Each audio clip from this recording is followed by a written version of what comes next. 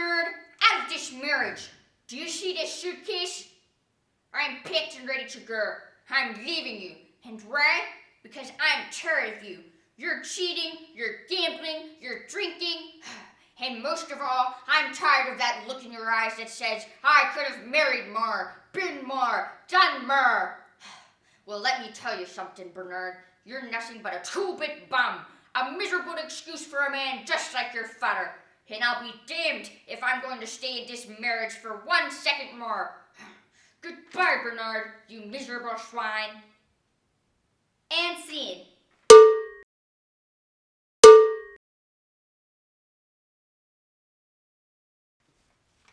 Very nice. Oh, thank you. One question. Why did you read the scene in that awful Swedish accent? You didn't like it? No. The character description said the character was Swiss. Yes. Well, aren't Swiss people from Sweden? No, Swiss people are from Switzerland. Are you sure? Quite sure. Well, if Swiss people are from Switzerland, then where are the Welsh? I think they're in Wales. You think or you know? Well, I do know one thing. What's that? That I won't be casting you. Suddenly, Stephen's eyes went wide in surprise. The evil creature had taken on yet another form, a new form, one it knew Stephen would never kill. Stephen's deceased wife, Laura. Stephen's heart melted upon seeing the only woman he had ever loved now alive again. "Don't destroy me, Steve," she said. "I love you."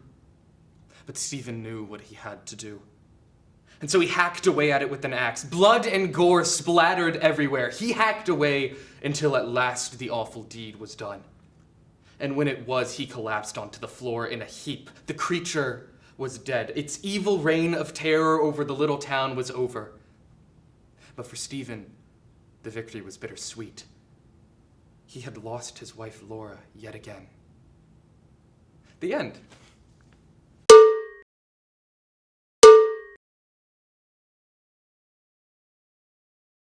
So that's my short story. Yeah, and it's genre. Genre? Horror, genre. It's genre fiction. So? It's entertainment. This is a serious fiction writing class. I'm serious. I'm serious about the work I do. And why does every story you write feature a dog with robotic hands? Do they? This is the 5th short story you've presented in this class that has a dog with robotic hands. Dogs with robotic hands are cool. And then we cut to the next shot. The boy sitting off by himself in the field. The other boys are playing baseball, enjoying the beautiful summer day. But not Ethan. He watches them from behind the chain link fence, sort of a visual metaphor, symbolizing the bars of a prison. And then we cut to the final shot. A close-up of Ethan. One tear rolls down his face. Fade to black. Roll credits.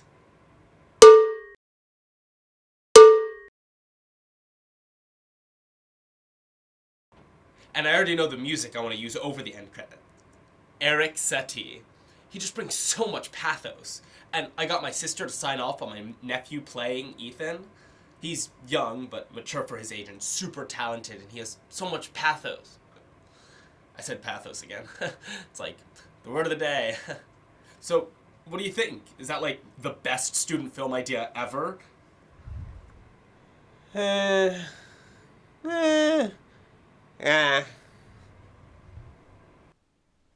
It's bad enough he rejected my film idea, but couldn't he have done me the courtesy of using actual words? You ask for too much, David. A simple no would have sufficed. One measly syllable. I put my heart and soul into that script. Don't laugh. It's not funny. It's a little funny.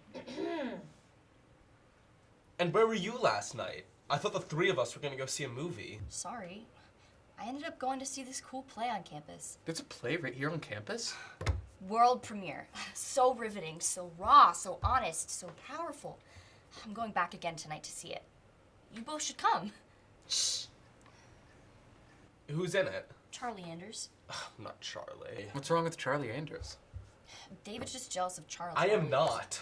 Ever since Charlie was picked over David to direct the student production of Death of a Salesman. I am not jealous of Charlie. I just hated that production. What was wrong with it? There were promises made at this office, Howard, and now you're telling me you've got to go? You've got people to see? Ugh. I put 34 years into this firm, and now I can't pay my insurance. You can't eat the orange and throw the peel away. A man is not a piece of fruit. Well, I thought it was a very bold and original take on the material, having the actors dressed as inanimate objects. Yeah, it's hard to take Biff Loman's despair seriously when the actor playing him is dressed as a giant camcorder. Well, this play doesn't have anyone dressed as anything. What's it about? It's riveting. What more do you need to know? I don't want to spoil it for you. It's best you see the play without any preconceptions. That way the show can work its magic on you. Well, I'm in. David? I don't know. Shh. We're all creative people here. We should be supportive of other creative work happening on campus. I know Charlie wants to do a film version, and he's looking for someone to direct it.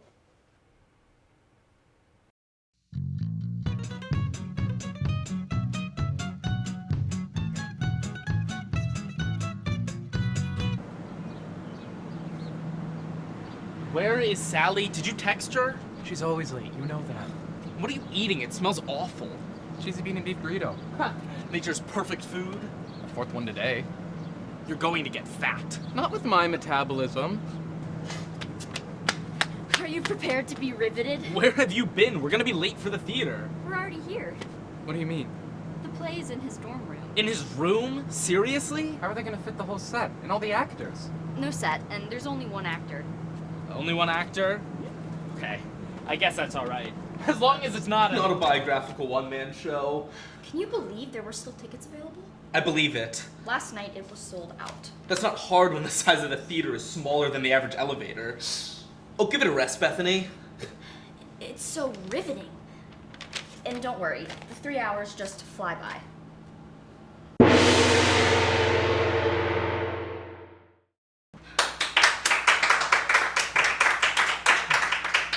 You're too kind. My name is Charlie Anders, and this is the story of my life. It all begins with my painful, painful childhood. Oh, it was so painful. When I was a child, my parents didn't ever have any time for me. The only person who ever talked to me was our Irish maid, Bonnie. She was from Dublin, and the other kids in my neighborhood didn't like me, and so books became my friends, and the stories they told were more real to me than real life, in a way. Dad was always a mystery. I think he loved me, but he would never hug me, or say the words, "I love you." This is so relatable. I mean, did you know my father was the exact same way? Everybody's dad is that way. Now, Mr. Charlie, mind you keep your hand off that unless you want to go as blind as a bat. In middle school, all the other boys bullied me on the playground. They would pull down my pants and my underwear.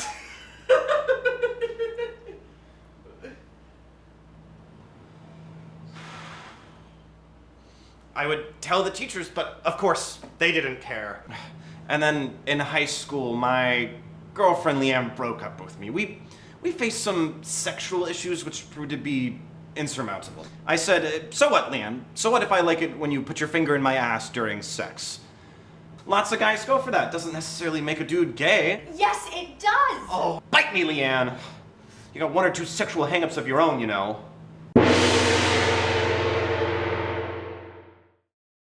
And then, when I was a senior in high school, my grandma passed away. I'll always remember her. Nana was the only one who was truly there for me when I was 7 and my dog Sparky died. Not Dad, of course.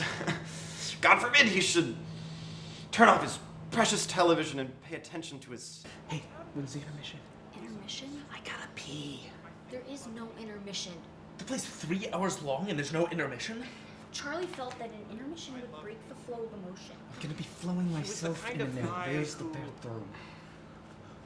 just wasn't comfortable expressing Don't do emotion anything openly. to distract from the performance. Sally, you know that I am always very respectful of the actor's creative space.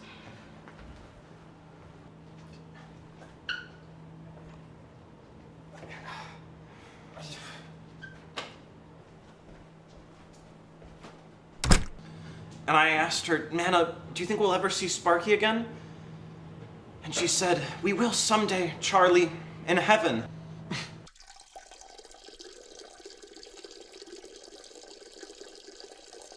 My dog, Sparky, was dead. But he wasn't the only one. I think a little piece of my childhood died that day, too.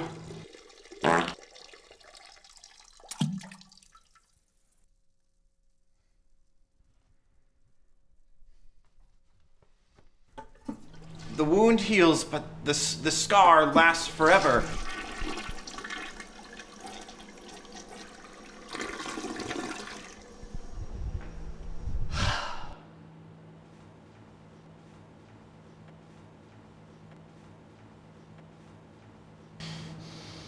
Damn you, God! Why'd you have to take Sparky from me? What did he ever do to you? Poor Sparky never hurt anyone except his poor cat. Damn you, God! What kind of an unfair, cruel world is this where an innocent dog can be?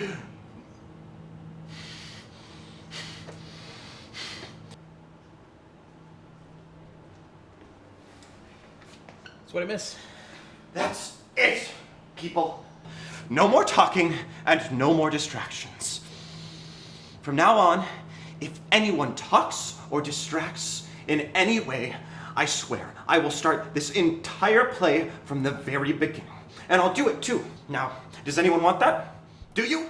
I think I speak for some of us here when I say we don't.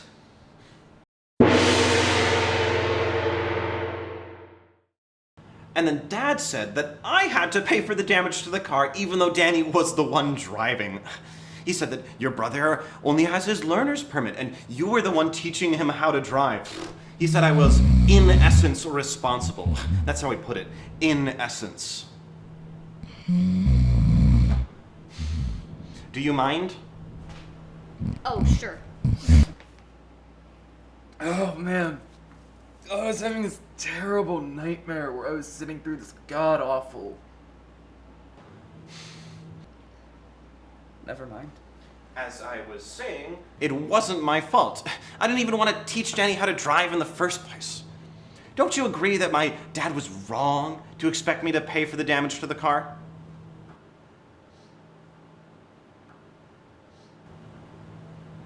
Well, do you?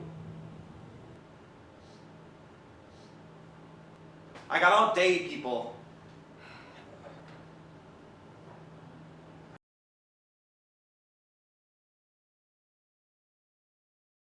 All that money I had made at the mall that summer was gone, and I was gonna buy an electric guitar, start a band. I could have been a rock star. I mean, I was good. Like a young John Bon Jovi. Here's some lyrics I wrote for a poem. It would have been the perfect lyrics for a song, too.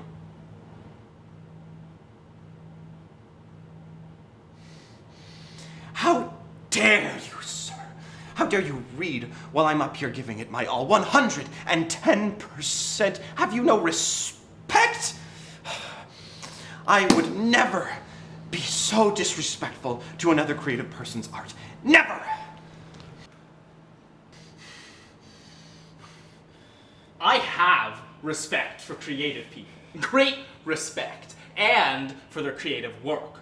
What I don't respect is 3 hours of self-indulgent horse duty.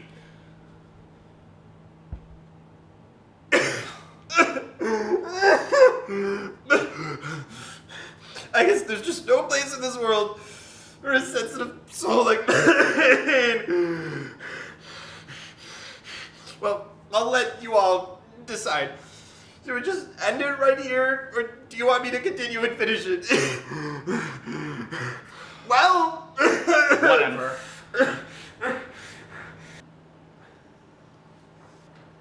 I've learned so much in my 19 years of life, that I have value as a person, as an artist, that I have a right to be happy, that I deserve to be happy, to feel loved. When I was a little boy, I dreamt that I'd grow up to be a great writer and performer, and I made it.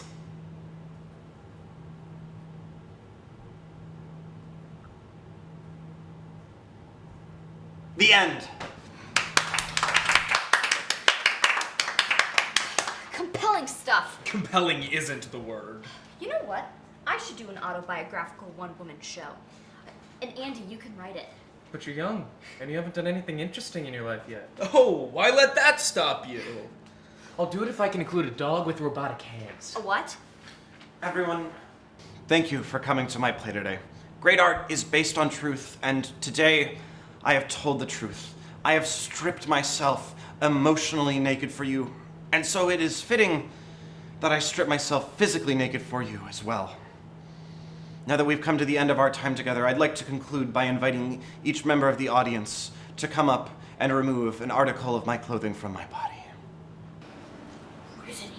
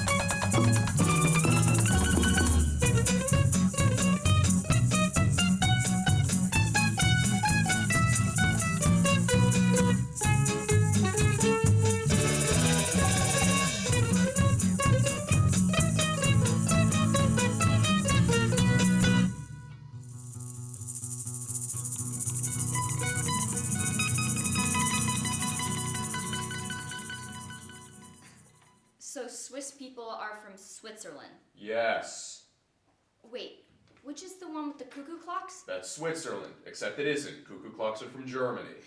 Boy, this is so confusing. Where did you learn that awful Swedish accent anyway? The Swedish chef from The Muppet Show. Please leave the stage.